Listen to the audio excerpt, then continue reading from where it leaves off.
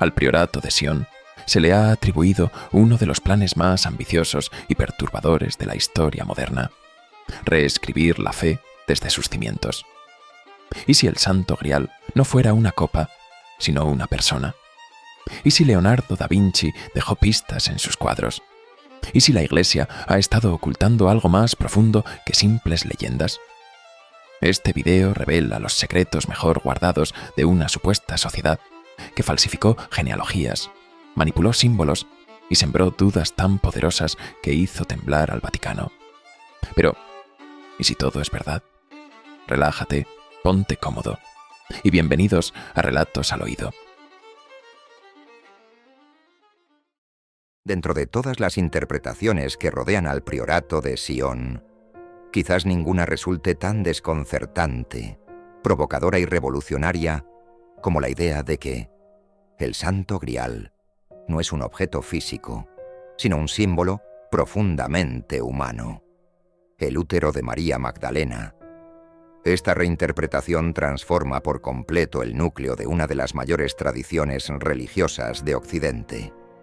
Si el cáliz de la Última Cena, tradicionalmente visto como contenedor de la sangre de Cristo, fuese en realidad una metáfora del vientre de una mujer embarazada con la sangre de Jesús, entonces el verdadero Grial no sería una reliquia, sino una mujer, y con ello, toda la narrativa sobre la redención, el sacrificio y la salvación cambiaría radicalmente.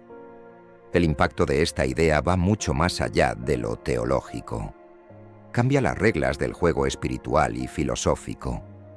Plantea que la redención no se basa únicamente en la muerte del Mesías, sino también en su continuidad biológica, en una vida nueva engendrada desde la carne y la sangre. El Grial entonces no simbolizaría la muerte redentora, sino la vida transmitida. Y en ese gesto, lo femenino, lo uterino, lo sexual, lo generador, se eleva a una dimensión sagrada que históricamente se le ha negado. Aquí se revela la omisión fundamental sobre la que se habría edificado la doctrina cristiana oficial: el silenciamiento deliberado de lo femenino divino. Desde sus inicios, la Iglesia ha exaltado la castidad, la virginidad y el celibato como virtudes supremas, eliminando del relato sagrado cualquier presencia de sexualidad digna o trascendente. La figura de Jesús como hombre célibe y de María Magdalena como pecadora arrepentida consolidaron esta narrativa patriarcal. En consecuencia, toda insinuación sobre un Jesús esposo y padre fue perseguida como herética y borrada de los textos oficiales. Aceptar la posibilidad de que el Grial fuese el útero de Magdalena no solo desafía a la teología, sino que sugiere que Occidente ha vivido durante siglos bajo una visión mutilada de lo sagrado. Lo divino se habría despojado de su mitad femenina, y con ello se habría negado una parte esencial del misterio de la vida. En la tradición del priorato se habla de un culto secreto al principio femenino, una veneración clandestina a la figura de María Magdalena como portadora del linaje divino.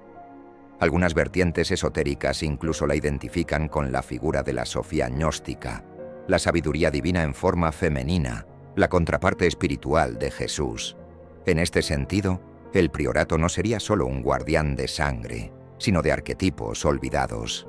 De hecho, muchas sociedades iniciáticas a lo largo de la historia han velado símbolos de la Madre Divina, escondidos en rituales, nombres, emblemas y letras.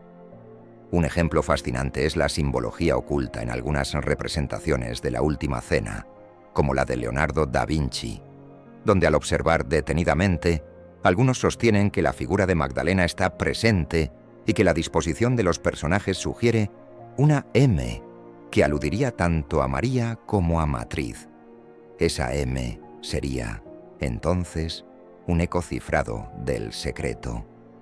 Esta idea se popularizó aún más cuando se reveló el famoso juego de palabras entre Sangreal y Sanreal, interpretado como una clave en la búsqueda no del cáliz, sino del linaje, de la sangre viva que habría descendido directamente de Jesús a través de su unión con Magdalena.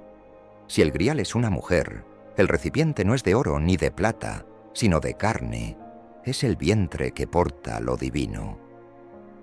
Algunos autores, aún más audaces, exploran incluso el carácter sagrado de la sangre menstrual, considerada impura por muchas religiones como parte del ciclo que da la vida. Según esta línea de pensamiento, el priorato habría custodiado y celebrado rituales donde la sangre femenina era reverenciada, en contraste con la Eucaristía católica centrada en la sangre derramada. Aquí, lo sagrado no es el sacrificio, sino la creación. Todo esto, por supuesto, choca frontalmente con la ortodoxia cristiana. Si el grial es un útero, y Cristo tuvo descendencia, entonces el fundamento de la Iglesia se tambalea. Ya no habría un único Hijo de Dios, sino una línea. Ya no se trataría solo de fe, sino también de herencia. La salvación dejaría de ser un dogma intangible para convertirse en una realidad genealógica y corporal. Y la Iglesia entonces habría sido la usurpadora de un legado femenino que nunca le perteneció. Pero el lado más inquietante de esta idea no termina ahí. Según ciertas teorías, el priorato habría practicado un tipo de espiritualidad sexual secreta, una forma de gnosis en la que el acto sexual era visto como una ceremonia sagrada, un medio para unir lo humano y lo divino. Este concepto, presente en algunas sectas gnósticas antiguas y en tradiciones tántricas, plantea que el éxtasis carnal puede ser vehículo de iluminación. Imagina por un momento una cripta secreta donde un Cristo hierosgamos se une con su consorte divina, en un rito ceremonial que desafía todas las liturgias eclesiales. No se trata de simple provocación. Es una inversión total del símbolo central del cristianismo. El cáliz que recoge la sangre, reemplazado por el útero que la engendra. El altar cristiano se convierte en cama sagrada. La misa, en acto de creación. Es una teología paralela y clandestina que, aunque carezca de pruebas físicas, fascina por la lógica simbólica que propone. Al final, este capítulo del mito del priorato, el culto al vientre olvidado, es más que un escándalo doctrinal. Es una denuncia a la amputación simbólica del principio femenino en nuestra cultura. Incluso si uno no cree literalmente en que María Magdalena fue la esposa de Jesús o madre de su descendencia, la sola posibilidad de que se haya negado lo femenino como parte esencial de lo divino ya revela una grieta profunda en la espiritualidad occidental. El vientre como grial, la mujer como recipiente sagrado, la sangre menstrual como vida y no como pecado. Todo esto subyace en el corazón de una herejía que, paradójicamente, ha sido abrazada como símbolo de justicia poética. ¿Y si el verdadero cáliz estuvo siempre ahí, oculto a la vista, en el cuerpo de quien fue ignorada? Esa posibilidad, más que cualquier otra prueba, es la que sigue encendiendo la imaginación colectiva. Pocas ideas en la trama del priorato de Sion resultan tan inquietantes como la que mezcla política y divinidad. La noción de que ciertos reyes, a lo largo de la historia, no gobernaron por simple derecho dinástico, sino por portar en sus venas la sangre misma de Cristo. Si los famosos dossiers secrets fueran auténticos, implicaría que una casta sagrada habría estado protegida en las sombras por el priorato, mientras las coronas visibles del mundo eran sostenidas por impostores sin legitimidad espiritual. El eje de esta teoría gira en torno a la dinastía merovingia, que gobernó a los francos desde el siglo V hasta el año 751. Con la deposición de Childerico III, presuntamente avalada por el Papa, se dio paso a los carolingios, inaugurando una nueva era con Pipino el Breve y su hijo Carlomagno. Pero, según la visión conspirativa, esta transición no fue solo política. Fue el resultado de una operación encubierta para eliminar una línea real con sangre divina. El rey Dagoberto II, asesinado en el año 679, se convierte en símbolo de esta supuesta traición. Según el mito, habría dejado un hijo en secreto, Sigisberto el IV, quien sobrevivió oculto, preservando así el linaje sagrado, hasta llegar sorpresivamente a Pierre Plantard, quien no dudó en autoproclamarse su heredero directo. Si esto fuera cierto, implicaría que la Iglesia, en complicidad con nuevas casas reales, habría eliminado sistemáticamente a los legítimos herederos de Jesús para instalar regentes más manejables, despojados de cualquier autoridad espiritual genuina. Así, el relato de Europa se reescribe, ya no como una sucesión de imperios, alianzas y guerras, sino como una limpieza silenciosa de una sangre incómoda. La violencia real que sufrió la dinastía merovingia alimenta esta teoría. En efecto, muchos reyes de aquella época murieron asesinados o fueron víctimas de traiciones palaciegas, pero la narrativa del priorato interpreta estas muertes no como producto de la brutalidad medieval, sino como parte de un plan orquestado para erradicar una genealogía sagrada. Aquí se invoca un arquetipo poderoso, el del linaje perdido, como en la leyenda del rey Arturo o los mitos del heredero escondido que atraviesan la literatura universal. La implicación es tremenda. Las monarquías europeas posteriores, legitimadas por la Iglesia y por la nobleza, no tendrían la autoridad divina real. Gobernaban con el sacramento, sí, pero no con la sangre. El verdadero derecho divino no era simbólico, era biológico. Según el priorato, los descendientes de Jesús eran los únicos con derecho auténtico a gobernar.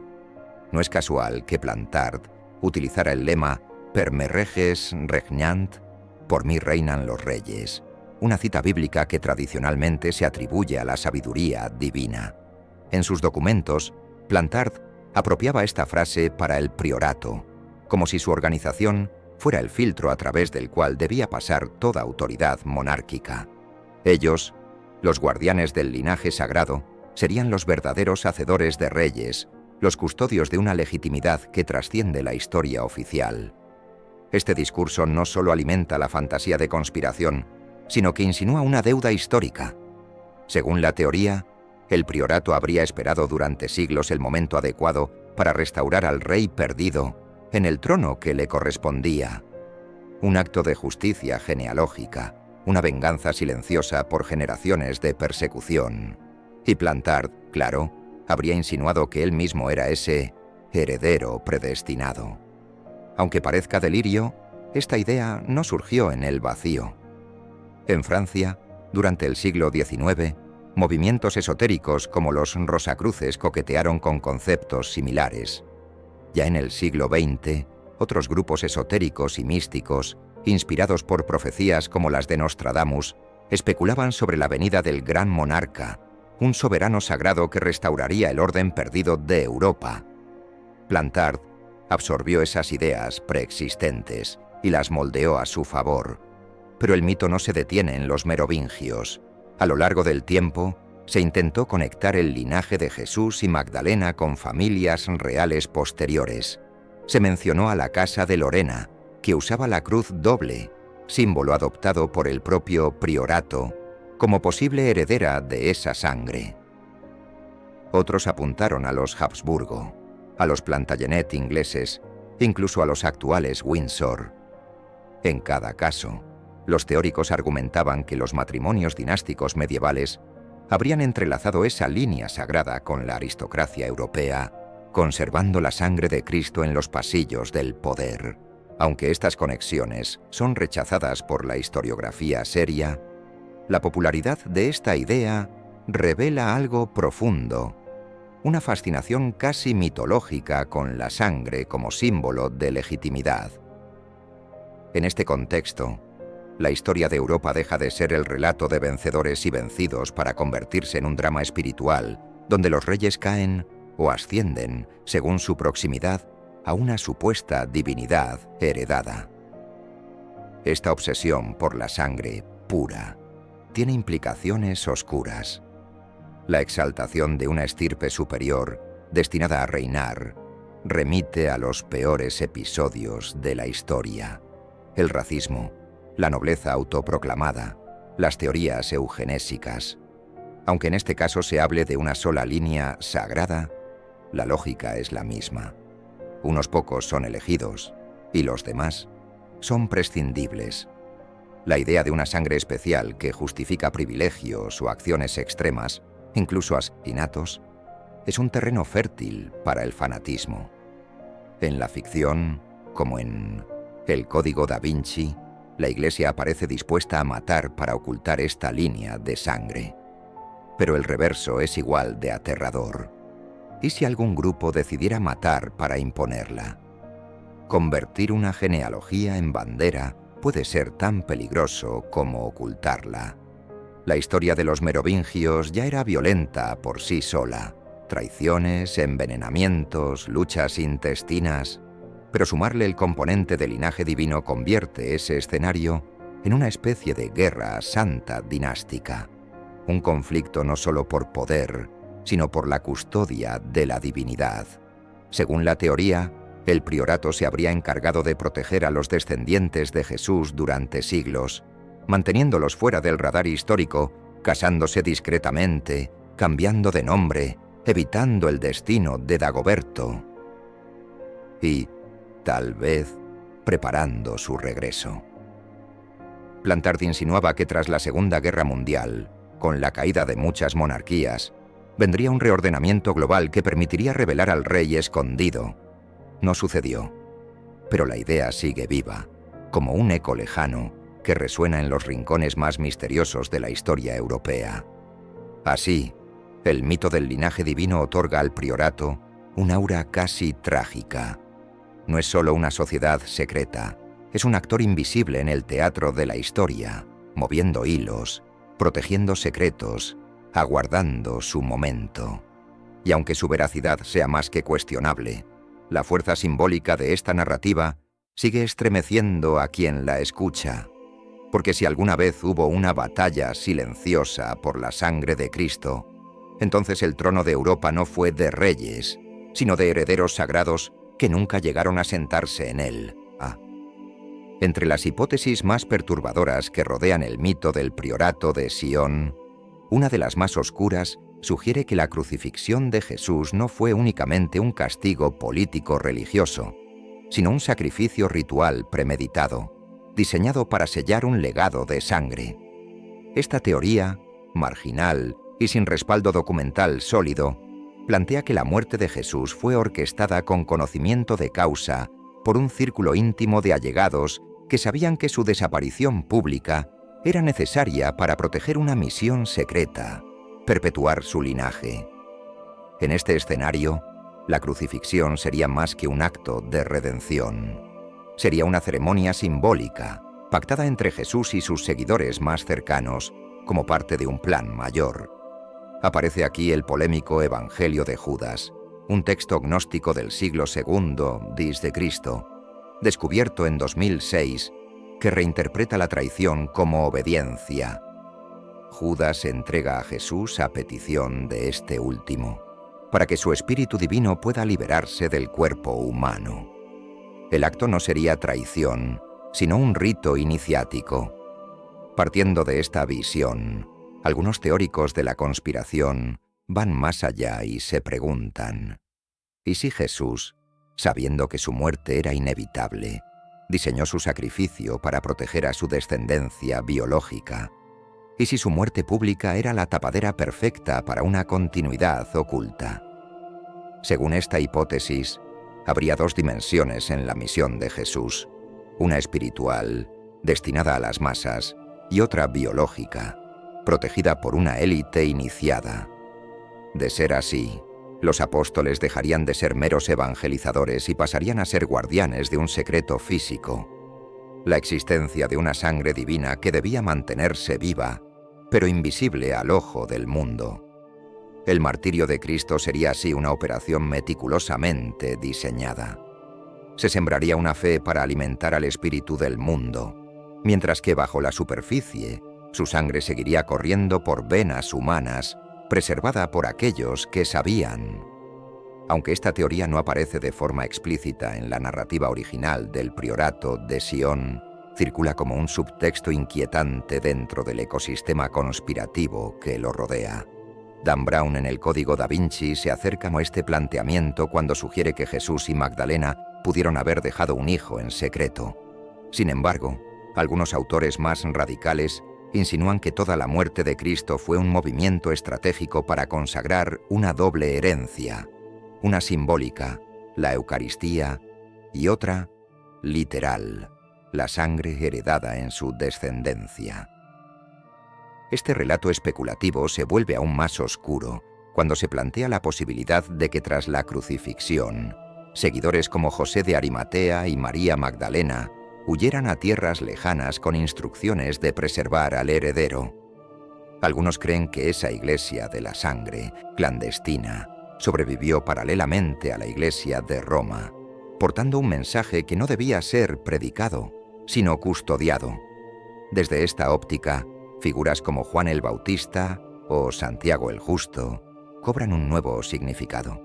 Serían piezas clave en una operación secreta para garantizar que la línea sagrada no se extinguiera. El linaje sería lo importante, el resto, teatro. Y como todo relato conspirativo potente, la teoría no se detiene ahí. Algunos llegan a conectar el asesinato del rey Dagoberto II, mencionado en los dossiers secret como antepasado directo de Plantard, con este patrón ritual, una muerte para proteger una sangre que debía continuar. La figura mítica de Sara, supuesta hija de Jesús y Magdalena, también aparece como la clave de esa continuidad, protegida por exilios y silencios milenarios.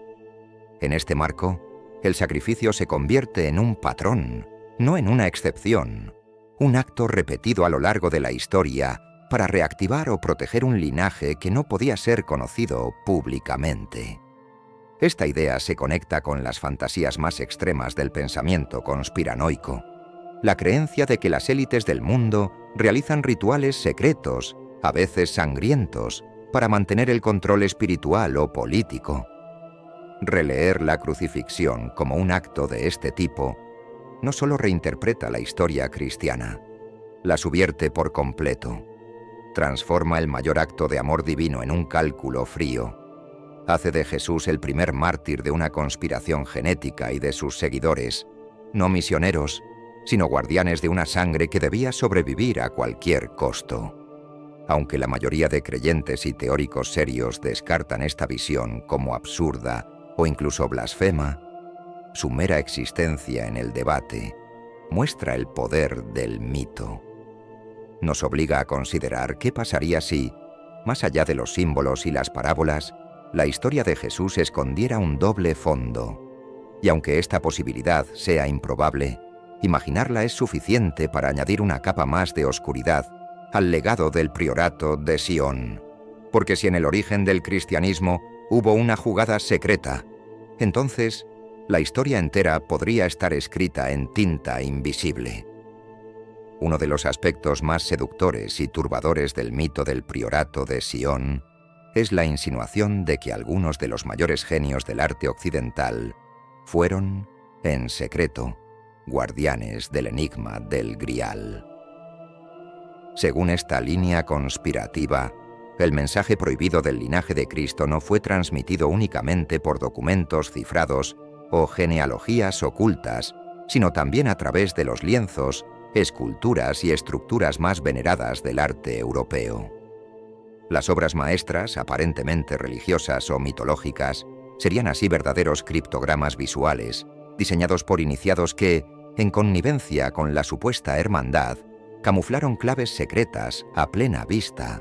Este planteamiento, inquietante por sus implicaciones, sugiere que la historia del arte es también un campo de batalla simbólico, donde se libra una guerra silenciosa entre la ortodoxia oficial y una verdad esotérica sepultada bajo pigmentos y mármol. El ejemplo más paradigmático es, sin duda, La Última Cena de Leonardo da Vinci. Esta pintura mural, terminada en 1498, ha sido objeto de un sinfín de interpretaciones, pero desde la irrupción del Código da Vinci, se convirtió en epicentro de las teorías que ven en el arte una cápsula del tiempo codificada. Los teóricos sostienen que la figura sentada a la derecha de Jesús no es el joven apóstol Juan, sino María Magdalena. Su rostro suave, su cabello largo y su postura casi sumisa contrastan con los rasgos varoniles de los demás discípulos. Entre Jesús y esta figura se forma un vacío en forma de B, interpretado como un símbolo ancestral de lo femenino, del grial entendido como matriz sagrada. Incluso los colores que visten, él en rojo con manto azul, ella en azul con manto rojo, reflejan una complementariedad que muchos leen como un código visual de unión sagrada, una pareja divina oculta bajo el disfraz de iconografía bíblica. Y hay más. La figura de Pedro, colocada junto a Magdalena, parece hacer un gesto agresivo, como si quisiera degollarla mientras sujeta una daga. En clave conspirativa, esto no es casual. Pedro, futuro líder de la Iglesia, sería símbolo del patriarcado eclesial que intentó borrar a Magdalena del relato oficial. La daga sería metáfora del corte de su descendencia, del silenciamiento de lo femenino. Nada en la obra estaría al azar. Cada mano, cada gesto, cada mirada sería un guiño cifrado al iniciado que supiera ver más allá del relato superficial. Otro pilar simbólico es el cuadro Los pastores de Arcadia de Nicolás Poussin, fechado hacia 1640. En esta pintura, unos pastores descubren una tumba en medio del bucólico paisaje de la Arcadia, con la enigmática inscripción «Et in Arcadia ego». Tradicionalmente, esta frase ha sido interpretada como un recordatorio de la presencia inevitable de la muerte, incluso en el paraíso. Pero el priorato propone una lectura mucho más explosiva. Esa tumba sería real y estaría situada cerca de Rennes-le-Château, custodiando los restos de María Magdalena o incluso del propio Jesús. A través de anagramas forzados, como Itego Arcana Dei o Arcam Dei Tango Jesu, los intérpretes convierten el cuadro en un mapa simbólico hacia un secreto sepultado. Y aquí, la ficción se mezcla peligrosamente con lo documental. En 1656, el abad Fouquet escribió en una carta que Poussin le había mostrado un secreto que otros desearían inútilmente descubrir. Esa carta es real y fue recuperada siglos después. Para los creyentes del priorato, no hace falta más. Poussin sabía. Sandro Botticelli también ha sido arrastrado a esta corriente, aunque su presencia en las listas del priorato no está confirmada. Aún así, sus cuadros El nacimiento de Venus y La primavera han sido leídos como himnos cifrados a lo femenino divino. Venus emergiendo del mar sería una metáfora de Magdalena llegando a las costas de la Galia.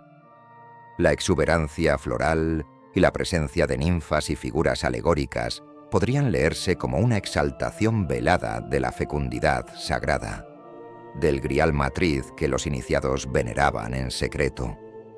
La arquitectura también se convierte en un tablero conspirativo. Las catedrales góticas, especialmente en Francia, han sido analizadas como templos herméticos.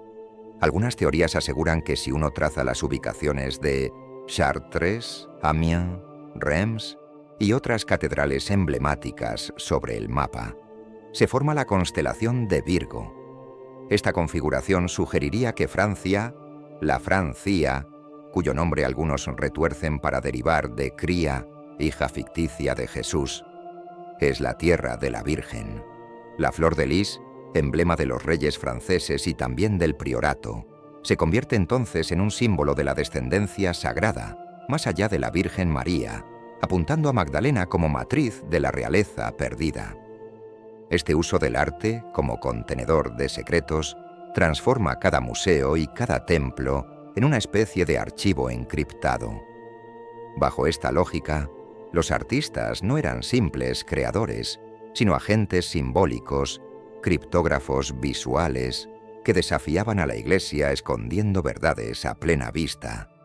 En este escenario, la obra de arte no comunica solo belleza o doctrina, sino que susurra mensajes clandestinos para quienes saben escuchar. Cada pintura se vuelve una adivinanza, cada escultura un acertijo, cada vitral una ventana a un secreto ancestral. Es una visión romántica y peligrosa al mismo tiempo. La subjetividad del arte hace que estas teorías sean imposibles de refutar del todo. ¿Cómo se prueba que Leonardo no quiso pintar a Magdalena? ¿Cómo se demuestra que la B no fue intencional? Ese margen de ambigüedad es el caldo de cultivo perfecto para el mito. Y por eso, muchos espectadores ya no contemplan estas obras con inocencia. Buscan pistas, triangulan miradas, trazan líneas invisibles. El arte se convierte así en campo de sospecha, como si todo el canon clásico hubiese sido infiltrado por una verdad silenciada. Y eso, en cierto modo, es el mayor logro del priorato: haber contaminado la mirada. Las instituciones religiosas, desde luego, han reaccionado con firmeza. La Iglesia ha tildado estas lecturas de absurdas, y portavoces oficiales han negado categóricamente que Magdalena estuviera presente en la última cena, o que Leonardo tuviera vínculos con sociedades secretas. Pero esas negaciones, en el mundo conspirativo, solo alimentan más sospechas. Si lo niegan con tanta vehemencia, dicen los creyentes, es porque hay algo que ocultar. En última instancia, esta dimensión artística del mito aporta una capa estética que lo hace aún más atractivo. Nos plantea una posibilidad inquietante, que la belleza que nos rodea no es inocente, sino cómplice de una conspiración milenaria, que las catedrales y los cuadros no solo enseñan dogmas, sino que esconden disidencias, y que quizá, al observarlos con la mirada adecuada, podríamos recuperar un legado oculto por siglos, un legado que se oculta no en los libros, sino en los trazos del pincel, las proporciones áureas y los silencios de piedra. Porque si algo supo hacer bien el priorato, real o imaginario, fue esconder sus secretos donde nadie sospecharía, en el arte que todos admiran, pero pocos comprenden en profundidad. Pocas leyendas alimentan tan poderosamente la narrativa del priorato de Sion como la que gira en torno al castillo de Gisors, una fortaleza medieval en Normandía cargada de misterio, secretos y especulaciones. Aquí se entrelazan historia, mito y conspiración en una madeja fascinante, protagonizada por un jardinero, unos cofres ocultos y un silencio que aún hoy resuena como eco inquietante en los pasillos del tiempo. Gisors, con su imponente torreón circular erguido sobre una colina, fue durante el siglo XII una importante fortaleza templaria. Posteriormente volvió a manos de la corona francesa, pero su pasado vinculado a los caballeros del Temple nunca dejó de generar rumores. Guardaba bajo sus cimientos tesoros, documentos o reliquias. Durante siglos, susurros en los pueblos cercanos hablaban de cámaras ocultas, pasadizos secretos y hallazgos legendarios. Pero fue en 1946 cuando esta leyenda adquirió dimensiones casi épicas gracias a un hombre aparentemente insignificante: Roger Lomoy. Lomoy no era arqueólogo ni aventurero, sino jardinero del castillo. Sin embargo, armado con determinación, curiosidad y quizá cierta ingenuidad romántica, decidió investigar por su cuenta. Movido por los relatos que había escuchado sobre tesoros escondidos por los templarios, comenzó a excavar en secreto, de noche, utilizando herramientas básicas y apoyándose en su intuición y en rumores de viejos planos. Tras meses de esfuerzo clandestino, Lomoy afirmó haber descubierto una galería subterránea de unos 20 metros de profundidad. Al fondo, dijo, se abría una cámara abovedada de gran tamaño. Lo que aseguró haber visto dentro rozaba lo fantástico. Alineados en perfecta formación, 30 cofres de plomo y varios sarcófagos o estatuas cubiertas por lienzos. Según su testimonio, aquello parecía una capilla secreta repleta de objetos sagrados o valiosos. Inmediatamente Lomoy notificó al alcalde de Gisors. Las autoridades, en principio escépticas, ordenaron una inspección. Pero para entonces, parte del túnel excavado había colapsado, dificultando el acceso. Lo que siguió fue una mezcla de desinterés institucional, obstáculos burocráticos y creciente desconfianza. Al final, el sitio fue sellado y el Ministerio de Cultura francés lo declaró zona protegida, impidiendo nuevas excavaciones. Para muchos aquello fue la prueba definitiva de que había algo que ocultar. ¿Qué podría haber contenido aquella cámara subterránea? La imaginación conspirativa no tardó en elaborar hipótesis.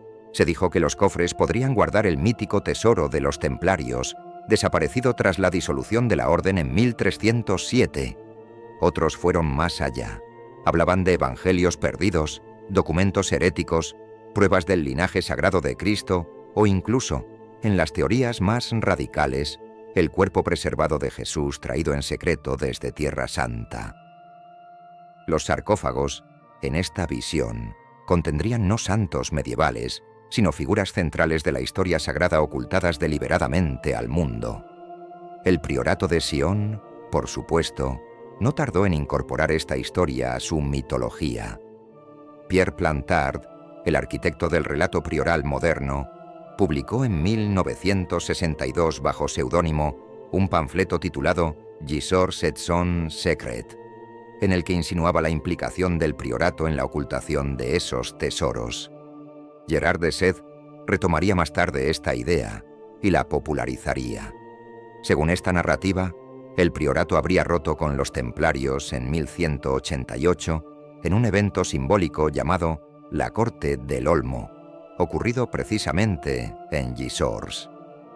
A raíz de ese cisma, la orden secreta Birama habría escondido allí parte de los secretos o reliquias compartidos con los templarios. No por casualidad, uno de los supuestos grandes maestres del priorato, según los Dossiers Secrets, se llamaba Jean de Gisors, lo que ataba simbólicamente la ubicación al origen mismo de la orden. El caso Lomoy se volvió así pieza clave en el tablero conspirativo, y el silencio posterior lo reforzó aún más. Lomoy, desacreditado, cayó en desgracia.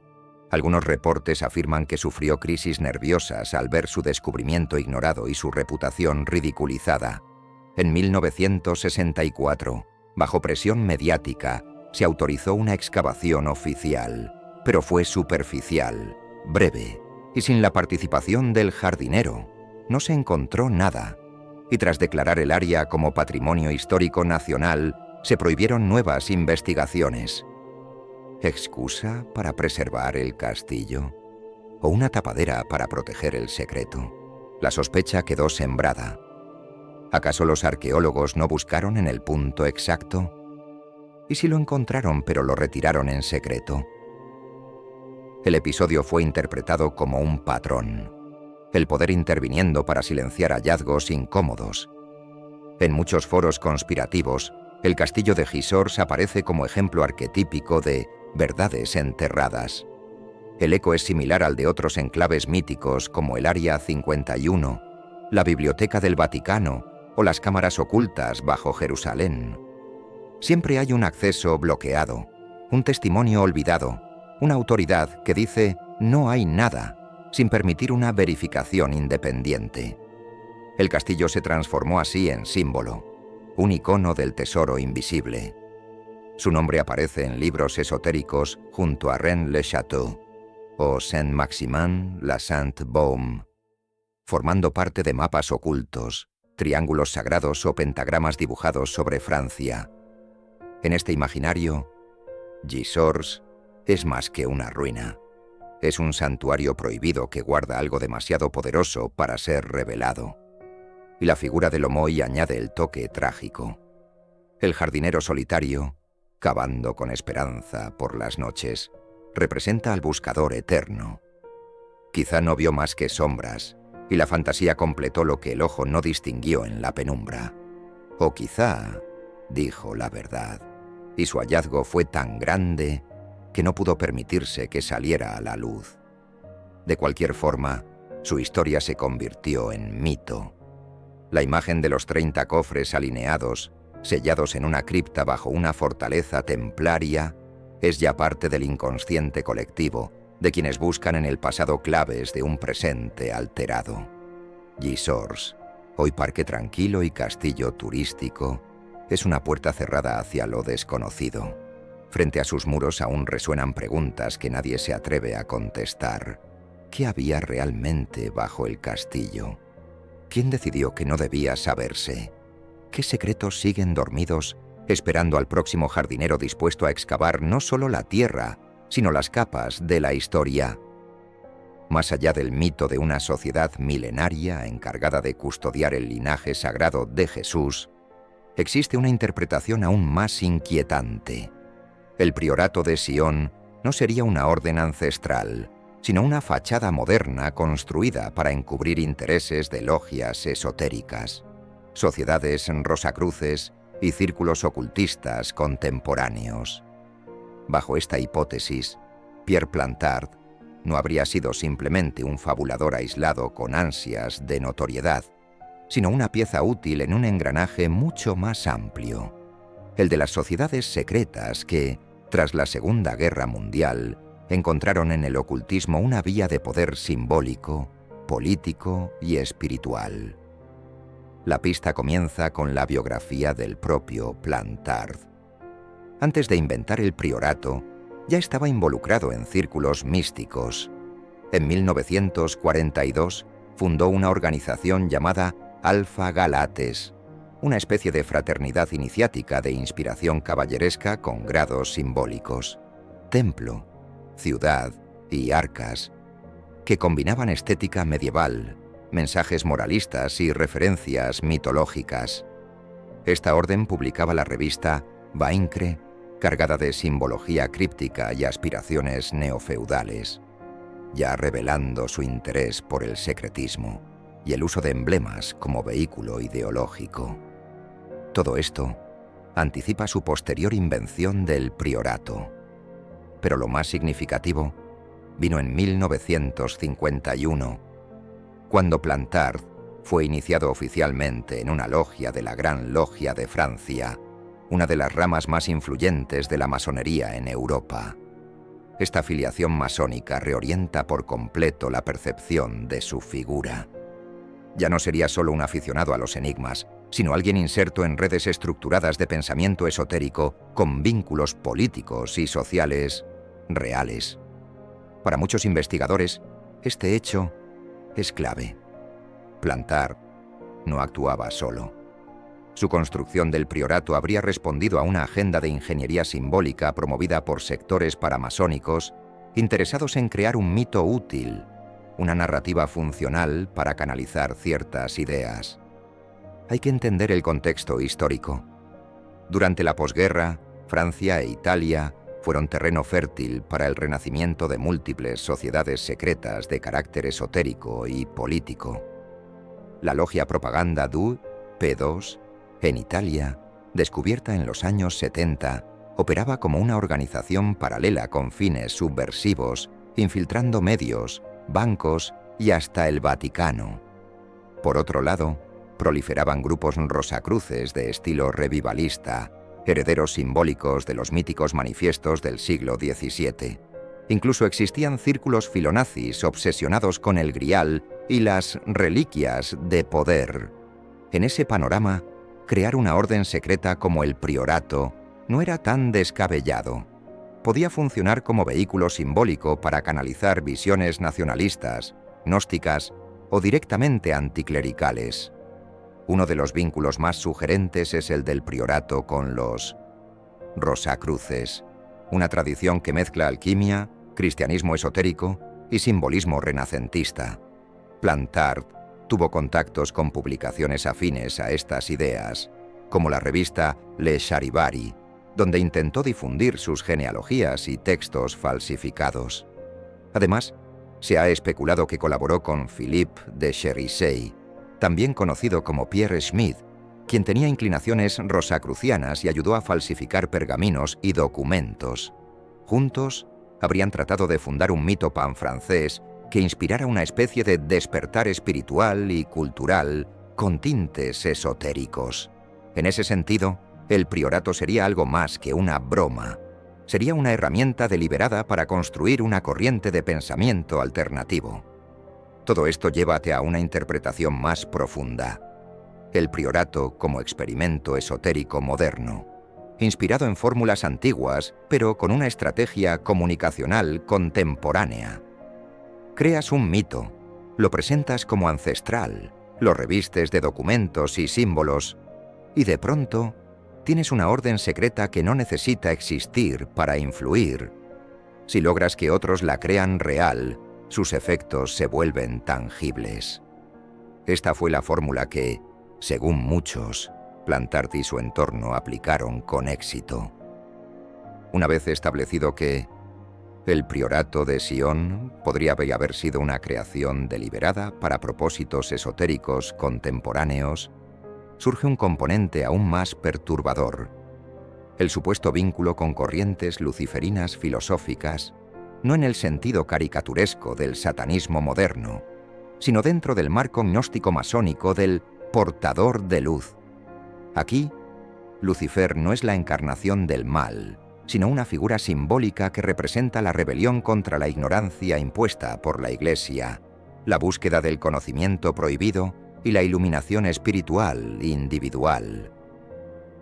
Esta interpretación tiene raíces profundas en ciertas ramas del esoterismo occidental, como el rito de Memphis Mizraim, o los trabajos de ocultistas como Eliphas Levi. Lucifer es reinterpretado como una figura liberadora, similar al Prometeo griego, un ángel caído que entrega la luz del saber a la humanidad. Bajo esta óptica, Lucifer sería el iluminador, que desvela lo que el dogma religioso intenta suprimir. Y ahí es donde entra el priorato de Sion. Su leyenda, basada en exponer un supuesto engaño milenario de la Iglesia y revelar la verdadera marturer historia de Jesús, encaja perfectamente con este marco luciferino gnóstico. El objetivo no sería custodiar un linaje, sino despertar una nueva conciencia espiritual desligada de la religión institucionalizada. De hecho, según ciertas interpretaciones, los fines últimos del priorato incluirían establecer una religión ecuménica mundial centrada en el Grial, entendido como símbolo del conocimiento interior o de la sangre real de Jesús, y sustituir a la Iglesia tradicional como autoridad espiritual. Esto resuena con las ideas del iluminismo ocultista del siglo XIX, que proponía reemplazar las estructuras religiosas y monárquicas por una nueva élite iniciada. Para algunos autores, el priorato sería un vehículo moderno de esta vieja ambición: socavar las instituciones establecidas desde dentro, a través de la seducción simbólica y la manipulación cultural. Y es que no podemos ignorar las comparaciones inevitables con otras organizaciones ocultas reales, como la ya mencionada Logia Propaganda Due, en Italia. Esta logia, descubierta en 1981, operaba en las sombras con conexiones políticas, militares, bancarias y vaticanas. Su objetivo era infiltrarse en los poderes del Estado para instaurar un orden paralelo. ¿No es exactamente lo que algunos temen del priorato? Una organización de fachada, con apariencia histórica, que oculta una estructura real de influencia masónica, anticlerical y metapolítica. Esta lectura fue popularizada por autores como Weigand, Leigh y Lincoln, quienes en el enigma sagrado especularon que el priorato podría estar relacionado con órdenes masónicas contemporáneas, como el Gran Priorato Independiente de Sion, fundado en Francia en los años 50. Según ellos, la jerarquía secreta del priorato en el siglo XX podría coincidir con redes masónicas reales, lo cual otorgaría al mito una base organizativa más concreta. Así, el priorato se convertiría en una suerte de caja negra esotérica. Desde fuera, parece leyenda medieval. Por dentro, es red de poder. Este entramado se complica aún más con la introducción del joanismo, una gran antigua herejía gnóstica según la cual Juan el Bautista sería el verdadero portador de la luz divina, y no Jesús. Ciertas sectas del pasado, como los mendeanos, sostenían esta creencia, y algunos teóricos aseguran que el priorato reverenciaría a Juan como su guía oculto, relegando a Cristo a un rol secundario. En esta clave, los rituales priorales serían ceremonias de conocimiento en nombre de Juan, y su propósito real no sería preservar la sangre de Jesús, sino sostener una línea iniciática de conocimiento joanita. Algunos incluso vinculan a esta supuesta iglesia juanista con personajes históricos como Napoleón Bonaparte, quien habría recibido textos secretos de origen joanita. Aquí, la leyenda se entrelaza con la historia de manera inextricable. Desde esta perspectiva, el priorato es más que un engaño bien montado. Es una estructura simbólica elaborada con precisión para implantar dudas, desestabilizar la fe tradicional y abrir el paso a una nueva espiritualidad basada en el conocimiento esotérico, la libertad gnóstica y la reinterpretación luciferina del cristianismo. No es una coincidencia que los relatos conspirativos asocien al priorato con los Illuminati, los templarios, los rosacruces y toda suerte de órdenes misteriosas. Para muchos, todos forman parte del mismo rompecabezas, distintas máscaras de un supragrupo oculto global. Finalmente, esta visión encierra una paradoja fascinante. Aunque se haya demostrado que el priorato de Sion como orden milenaria es una invención moderna, el mito ha cobrado vida propia, y eso es lo verdaderamente inquietante, porque aunque desmontes la falsedad documental, queda el residuo simbólico.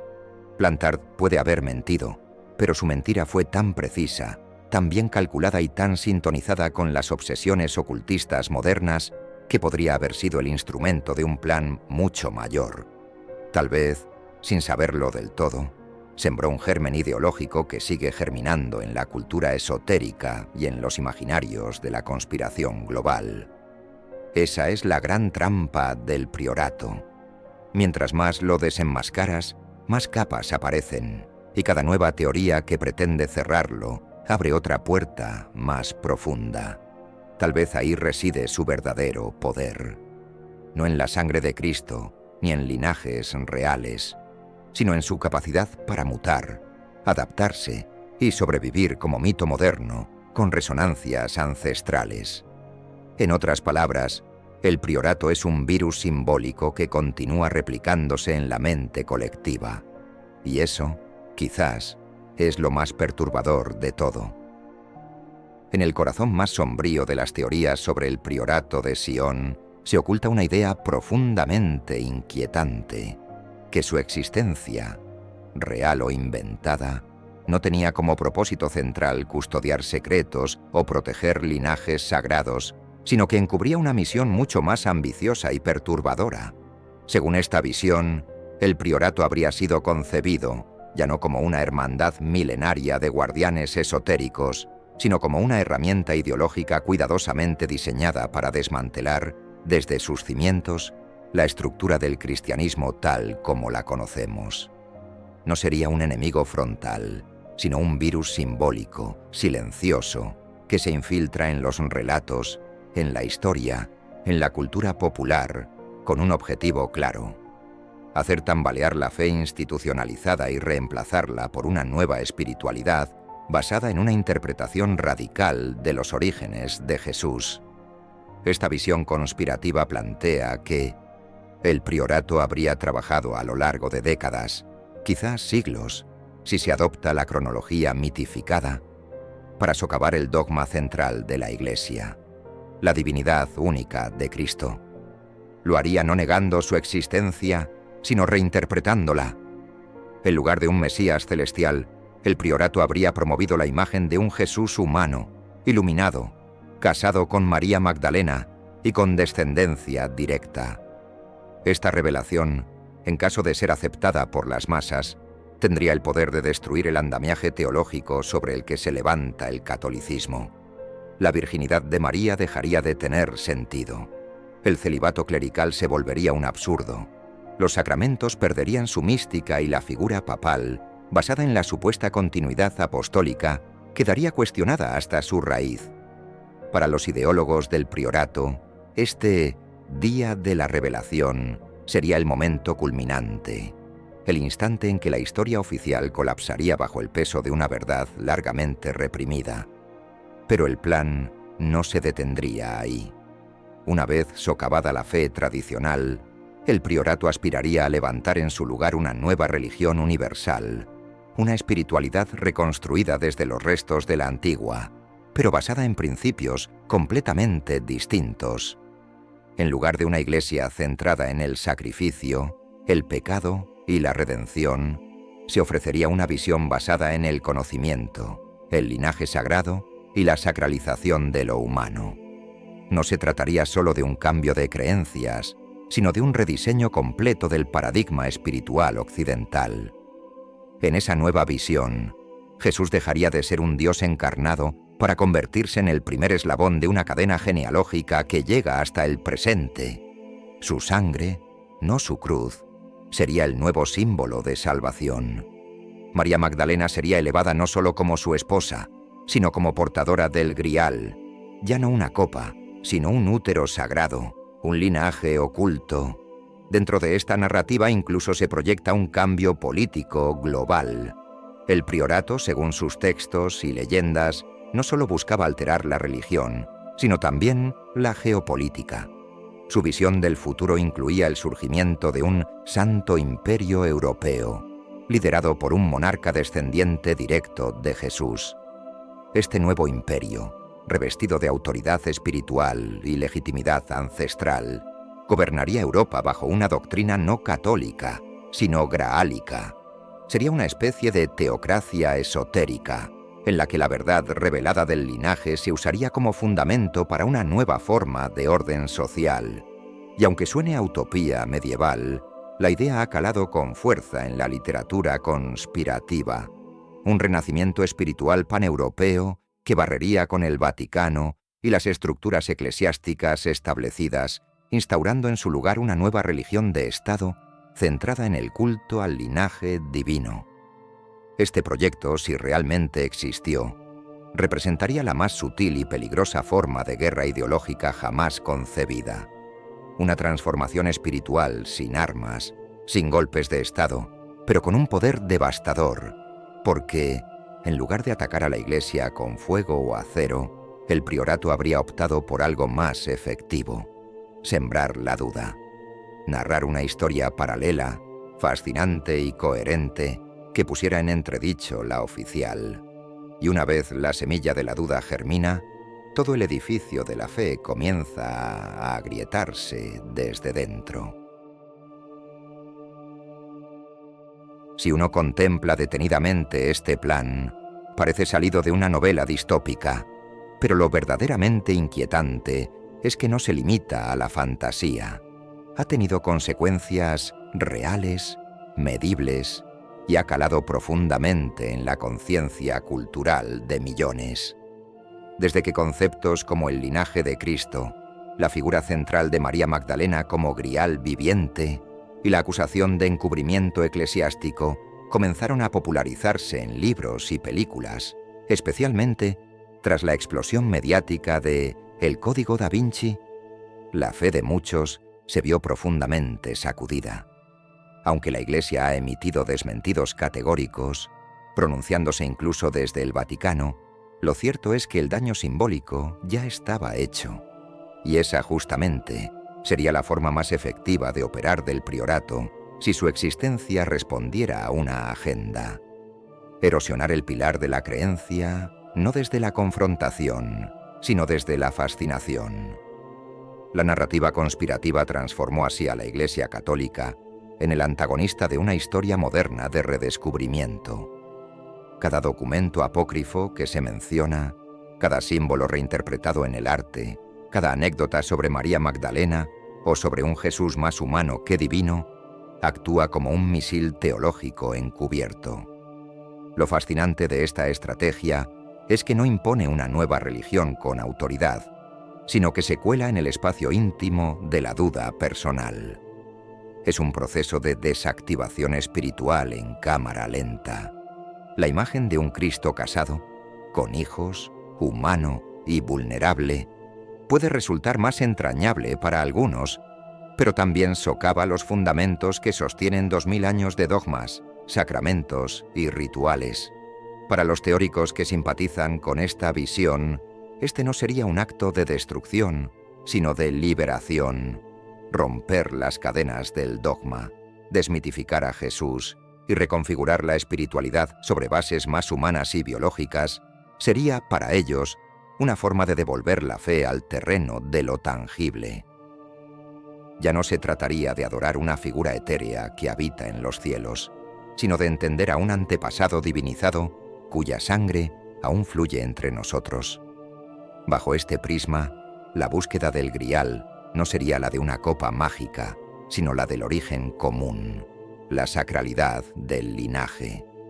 Es una forma de espiritualidad radicalmente democratizada, donde la divinidad no se concentra en un clero ni en altares, sino en la memoria genética compartida. Una visión que mezcla gnosticismo, misticismo biológico y una especie de nostalgia por una humanidad sacralizada desde sus entrañas.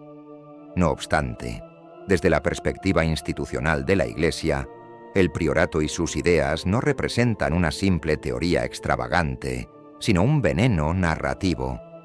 Las doctrinas no sobreviven solo por ser enseñadas, sino porque logran sostener una narrativa coherente que las respalde. Y lo que el priorato hace, al insertar una contranarrativa subversiva, es corromper ese relato oficial con una alternativa emocionalmente poderosa. Esto es lo que convierte al mito en una herramienta tan efectiva. No se enfrenta a la doctrina con argumentos teológicos complejos, sino con relatos seductores, imágenes sugerentes y símbolos inquietantes. En vez de un debate doctrinal, ofrece una historia atractiva que invita a la identificación personal, al escepticismo razonable y, finalmente, a la erosión de la fe. En el fondo, la genialidad perversa del priorato radica en que ni siquiera necesita existir para cumplir su propósito. El solo hecho de que millones hayan escuchado su nombre, leído sus supuestos objetivos y creído en alguno de sus postulados ya constituye un triunfo. Ha logrado instalarse como una especie de sombra cultural que se activa cada vez que alguien se pregunta si Jesús realmente fue como lo describe la Iglesia. Cada vez que se observa una obra de arte religioso buscando símbolos ocultos. Cada vez que una historia alternativa de los orígenes cristianos circula por redes, libros o documentales. El priorato vive, no como institución, sino como idea viral. Y esa es quizás su forma más peligrosa, porque en el mundo moderno, donde las creencias se moldean más por narrativas que por catecismos, una buena historia, aunque falsa, puede tener más poder que una verdad mal contada. El priorato de Sion, real o no, ha logrado influir en la percepción colectiva, en la educación informal, en la cultura visual. Ha hecho que miles, incluso sin darse cuenta, duden, cuestionen, se distancien, y eso en el fondo es lo que toda estructura de poder teme. No la rebelión armada, sino la grieta invisible en la mente de las personas. Por eso, al mirar todo este entramado con ojos críticos, no importa tanto si Pierre Plantard fue un mentiroso compulsivo o un simple fabulador. Lo que importa es que su invento fue recogido, amplificado y convertido en mito por una sociedad que, tal vez, necesitaba ese mito. Un espejo oscuro donde proyectar sus sospechas, sus desengaños con las instituciones, su deseo de encontrar una espiritualidad menos rígida. Al final, el priorato de Sion nos habla menos de Jesús y más de nosotros mismos, de nuestra relación con el poder, con la verdad, con el misterio. Y en ese sentido, sí logró algo monumental, sembrar una duda que, quizás, nunca deje de germinar.